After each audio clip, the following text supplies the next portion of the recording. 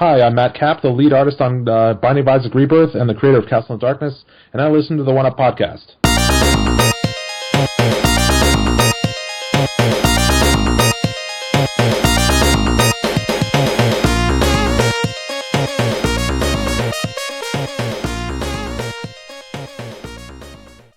Hi, David here, One Up Gaming. This is episode 397 of the One Up Gaming podcast. So this is just where we'll go through the games we've been playing this week, the 10 minutes of nothing, and we'll call it a day.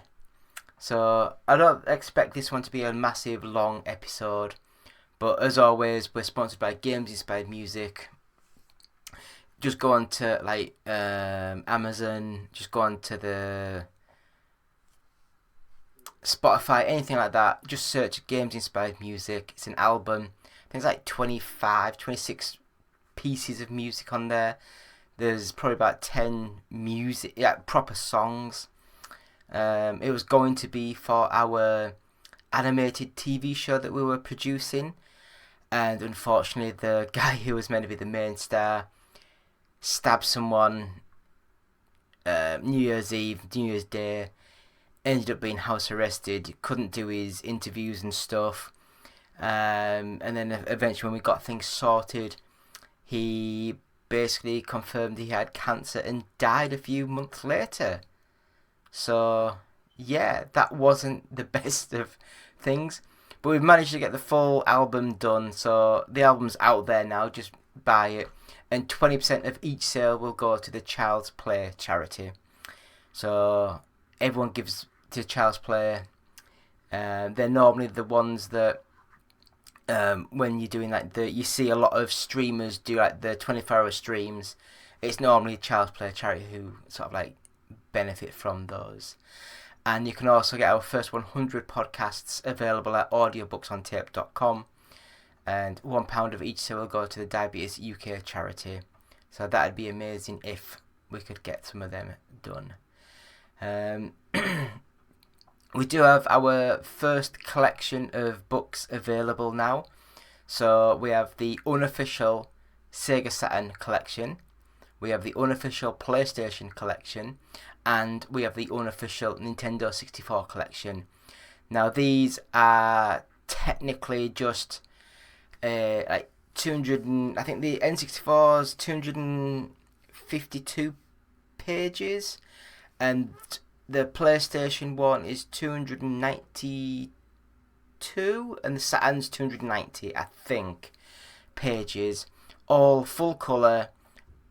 Every single page has got screenshots or controllers or some sort of gadgets that are associated with these consoles. We have over 100 games featured for the magazine. Well, it's not a magazine, it's like a book, a coffee table book. 8.25 inches by 8.25 inches, like a proper square, and each game and each controller, memory card, camera, anything that's associated with the consoles, each have a blurb talking about it and going into some detail about those, some facts, those type of things. It's kind of like a old retro magazines type style. Each game's got 2 or 3 pictures, and it's just something to flick around, have a look through.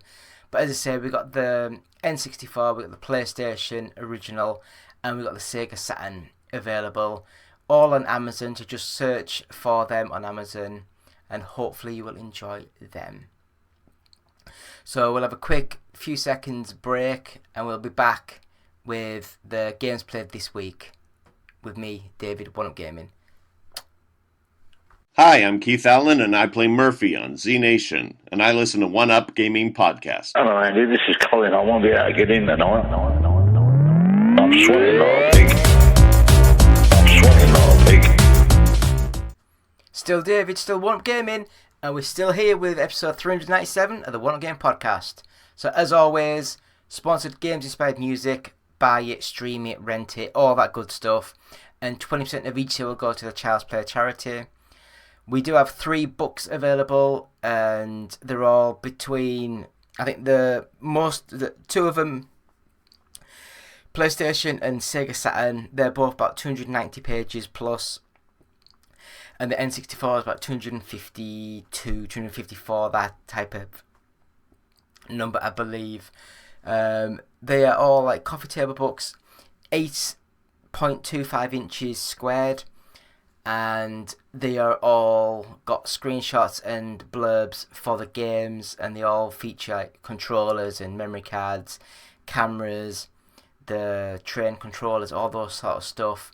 And as I say, they've all got pictures and they've all got little blurbs on, so you can flick through, look at some old games and get a sense of some stuff. So these are all available on Amazon, so just search the unofficial, and it's either Sega Saturn collection, PlayStation collection, or Nintendo 64 collection, and they're all available to buy. And please buy them, help us, please. We need all the help we can get.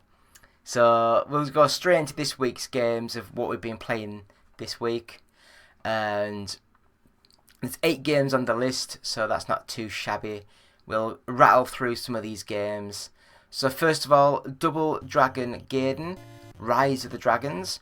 I had a quick go at this on the Nintendo Switch, and it's not a bad game, it's just not great. It looks okay. It's got that weird look of a sort of one of those budget Android-y sort of games made with Unity. I don't know what it's made with.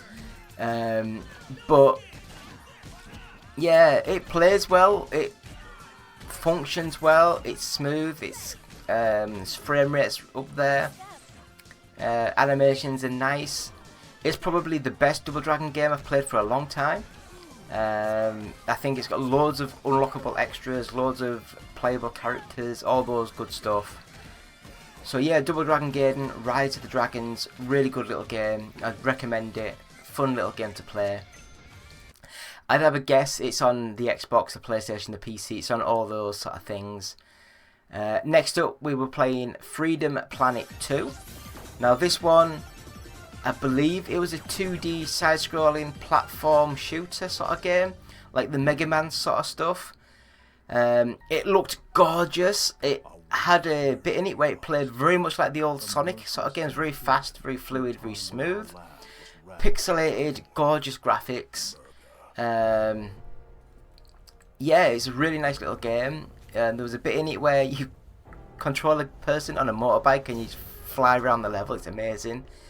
And yeah, it's a good little game. I really enjoyed it. Freedom Planet 2, I've never heard of the first one. I don't know.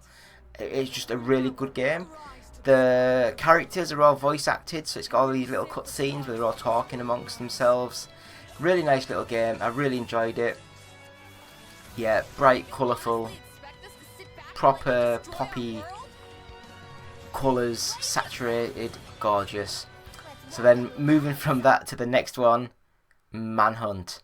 Now I played this on the PS2, I believe it was, and I've not played this game since it came out because I used to own my own little shop called Game On in Thirsk, and we had copies of this when all the other big chain stores were actually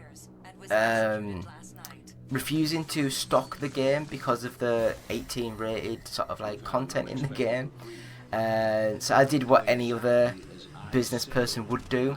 I ordered as many copies as I could get, and instead of selling it for $35 or $34.99 like they were, I was putting it up for $49.99 and selling a ton of these, which is really cool. I know I'm an asshole, but what are you gonna do? The shop, I was there for 3 years. I lost about 30,000. I think, did I end up having a debt of £22,000? So it didn't help. I was knackered when that shop closed.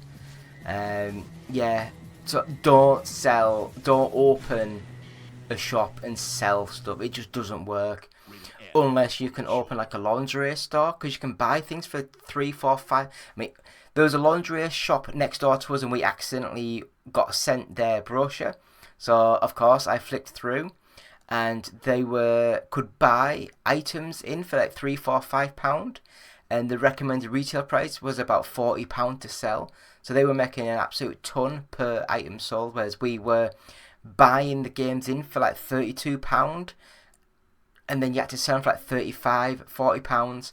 So we were making between £3 and £7 per game sold, and when you have to make £400 a week just on like the rent and the electricity and all that type of stuff, it just didn't work. But yeah, Manhunt. Let's get back to the games. Let's get back to Manhunt.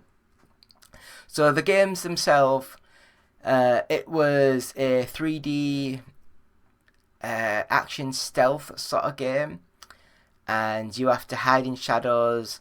You are a convicted murderer, and you're killed at the start of the game, but you're not killed. You're just made to think that the guy's getting killed, and then you're resurrected sort of thing within the game, where you're basically in the dark webby type things, where people put bets on how many people you can kill before you get killed. And the guys were sort of, at the start saying that if you can survive the night, then you get released, into the public sort of thing. You get released from this nightmare. So you're just there trying to kill people, trying to not die, listening to the guy in your ear as he's telling you how to kill people, how to move, and how to do things. Considering it's a PS2 game, all the way back from about 2005, I'd have a guess. It's very clunky and chunky, but it still plays quite nice. So it's not a bad little game. It's not as violent as what it was made out to be back in the day. But I guess we were like pigtails and unicorns and stuff back then, and it's just a bit random looking at the game now. So I got sent a game just to have a quick look at, and that's the Pet Shop Simulator. I had a quick go at the demo, and this one you have to build up your shop, like put your desk in and your walls in and your bits and bobs. You have to order your stock. You have to go out to the front. You have to pallet in, put it all in the stock room. Then you go to the stock room and put it out onto the shop floor. You actually hire staff to sit at the tills and stuff. It's very cheap looking, very simple and basic, but it is one of those games where you could probably sit there and spend quite a bit of time in the game, and it was quite fun.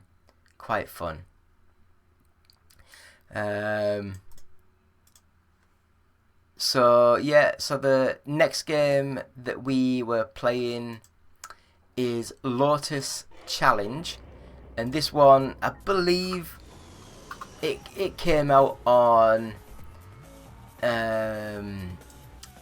like the PS2, GameCube, and the original Xbox, I think. It's is it Midas sort of published game. So I'd have a guess that it uses an engine of other racing games that was like loads of them probably came out, and this is just a Lotus branded game.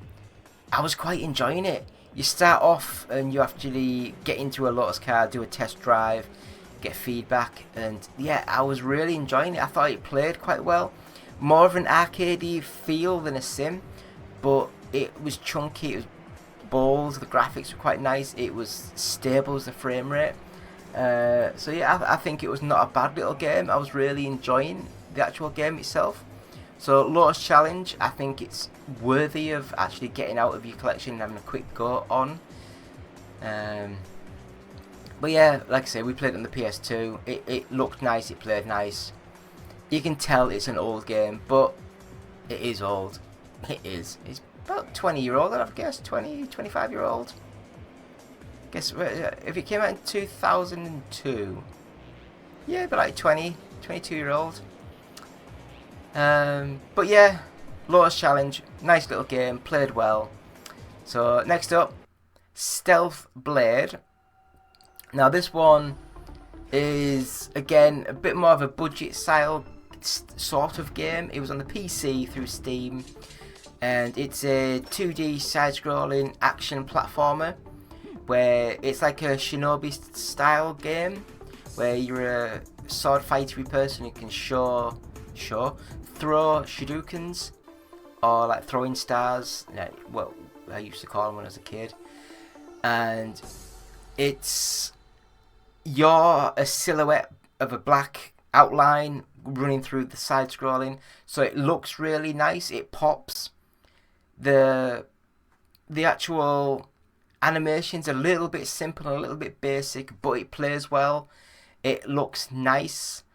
It's just a good little game. Quite hard, but that's what you want. You want to get something and spend a bit of time on, and that's really, really good.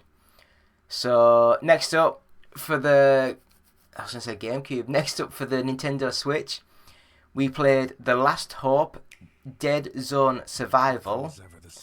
This one, it's just a really bad budget third-person action zombie survival game where they've nicked a lot of elements and story beats from The Last of Us.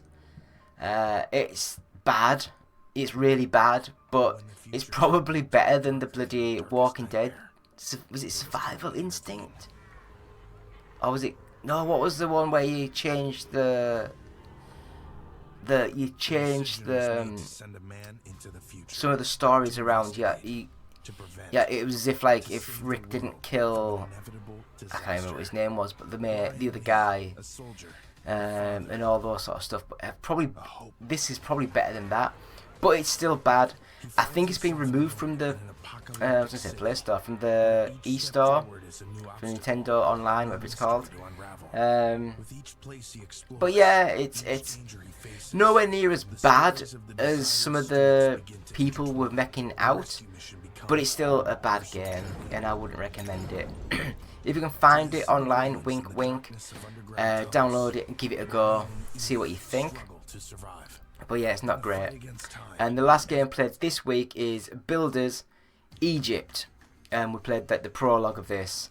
And this is like a proper full SimCity style build your empire sort of game.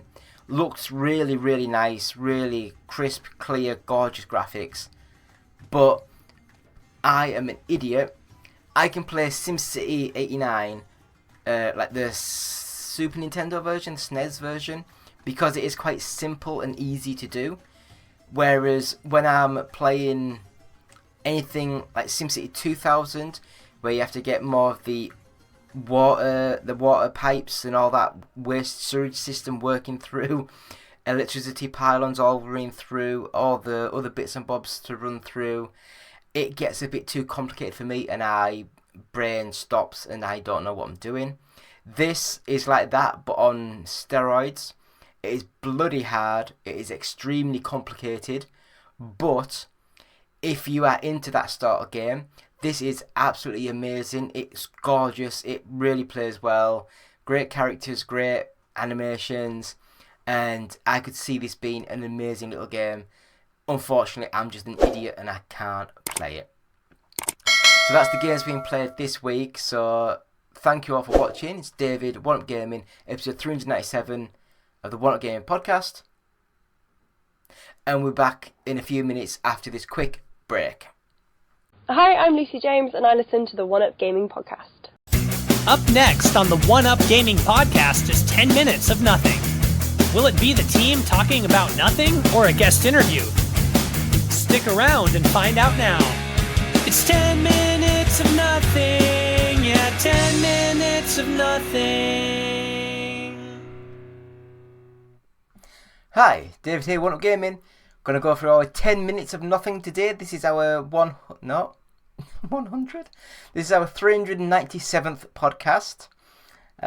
We've gone through the games we've been playing. We've gone through all of our new sponsory stuff. So as always, stream or buy games inspired music. It's an album, and 20% of each sale will go to the Child's Play charity. We also have our first 100 podcasts available, and that is audiobooksontape.com, and £1 of each sale will go to the Diabetes UK, there we go, Diabetes UK charity. We also have our first 3 books available. These are coffee table books, more like screenshots and little facts about games and stuff. We have one for the PlayStation, we have one for the Sega Saturn, and we have one for the Nintendo 64. So they're all available. Links in the description. Please buy these. Let us know how we are doing. If you want more things, if you want other certain consoles, other bits and bobs, let us know what you want. So 10 minutes of nothing. If you don't know what that is, it is just a little tiny segment of the show where we can just talk crap about anything, and that basically just gives us a 10-minute timer. So if we go over the timer, that's great, because it actually cuts us straight off and then that's it. If we don't quite get to 10 minutes, it just makes the show a bit short, but it's not a big deal. It's just a 10-minute timer just so we don't talk about crap for 3 hours, which could happen, has happened before in the past. So this week's on 10 Minutes of Nothing, we are going to be talking about the Knuckles miniseries that just came out. So without further ado, I will hit the start button and I will hit it now. So yeah, Knuckles. There is 6 episodes. Each one's roughly about half an hour long, 25 minutes, that kind of thing. And yeah, it's like, I mean, first of all, is it Adam Pally, the main guy? He's quite good in it. I really enjoyed him. Idris Elba, back as Knuckles from the movie Sonic 2. He plays it amazingly well. I just love the fact that he's just so straight, and the stupidity of the main guy plays so well off Idris Elba's straight-faced, completely, utterly weirdness. The 2 people trying to capture Knuckles. I mean, I've got the pictures up here, and I think one's Ellie Taylor and one's Kid Cudi. I mean, like, I might be wrong, but I'm sure that this Kid Cudi person is probably a singer-rapper person, because I'm sure I've seen that name before. Ellie Taylor I've not seen before. She looks weird in the movie because she's got a really weird bobbed haircut. And they're alright. They're not great. They're alright. The main bad guy looks like a big, hairy Scotsman. I think his name's Rory McCann. Is he Scottish? Is he Scottish in it? I can't remember. But he's a big, massive beard, and he just looks big and scary. Then it's got is it Maddie from the movies, the main guy's wife, who Sonic lives with, sort of thing. She's in it because I guess that she's not a big name, like James Madison. I can't remember, but she's in it for the first episode. Ben Schwartz is in it for the first episode, where Sonic's in it. The woman who does the voice for Tails, she's in it for the first episode. Christopher Lloyd is in it, and he plays like the Knuckles' high god person who trying to give him advice on how to be on Earth. And I'm just sort of having a look through. The main guy, Adam Pally, is it Wade Whipple? His dad in the movie is it Kerry Falls? Let's have a look. No, God, my eyesight's really bad. Kerry Ells. And when I saw his face and he was talking, I was just like, I've seen that person. I've seen that face. Who the hell is it? And he plays Robin Hood in Robin Hood Men in Tights. And he's amazing. I love him. Over the top, dramatic, amazing, great great, absolutely great. I mean, like, just going through some of the people on here, it's, yeah, it was one of those things where it's okay. Nothing, it wasn't amazing, it was just okay.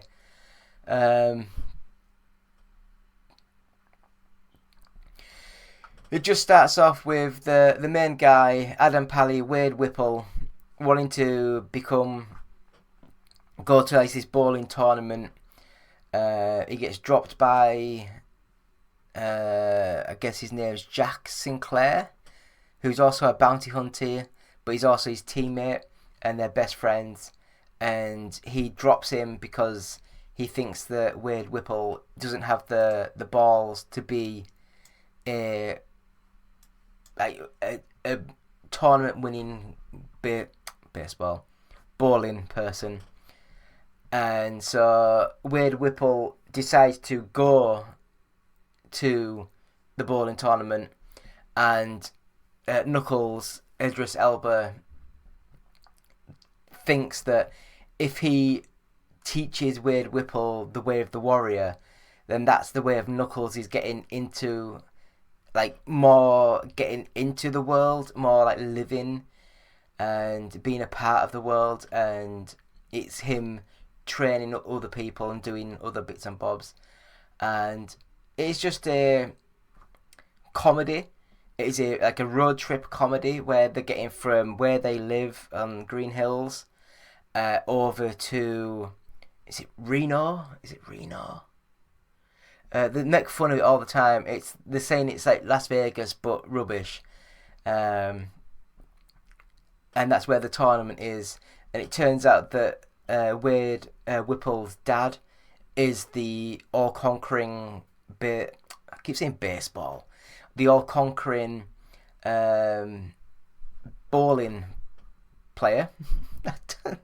I don't know what the hell I'm on about, but so he has to confront him, and also you find out that Wade Whipple's dad basically just abandoned him and his family at a young age, and he's got dealing with all that type of resentment and all that type of stuff. And it's 6 episodes is perfect. It's just a low budget movie cut into little sections, and it's not bad. It's not a bad little thing. It's not amazing. It's not as good as the Sonic movies, but I'd never guess that they're paced better and put more money into it. But the leading stars are good enough to hold the movie. I have to say, Eddie Patterson. I've never seen her before. I don't know who she is. Looking at some of the stuff that she's in, Resident Alien, Violet Night, Knives Out, The Righteous Gemstones, all that sort of stuff. She plays Wade Whipple's sister, and oh my god, she is so annoying. It's like, if she was a real person, I wouldn't feel bad for the main guy just punching her in the face. She is so annoying. But yeah, it was fun. Two special shout outs for the last 2 episodes, I think it was, where they're doing the bowling tournament. The 2 commentators, they're amazing. They're really fun. And yeah, it's just a fun little series. Nothing amazing, nothing special. It is just a good little series. So I guess I've failed in being able to talk about this for 10 minutes, but I've done a good 8 minutes or so. As always, our books are available. The unofficial PlayStation collection, the unofficial Nintendo 64 collection, and the unofficial Sega Saturn collection. They're all available now. Go on Amazon, buy them, and yeah, leave reviews, leave comments. Email us at contact@oneupgaming.co.uk. Let us know what you want. It's been me, David, One Up Gaming.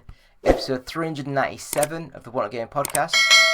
This has been the 10 minutes of nothing. I'll end the timer now because it's not going to get there, is it? But yeah, thank you all for watching. We'll be back with the goodbyes. So back after this quick break. Hi, my name is Justin. I'm the developer of Per Rocket, an iOS space game with cats. And I listen to the One Up Gaming podcast. You can find a link to download my game at facebook.com/perrocket.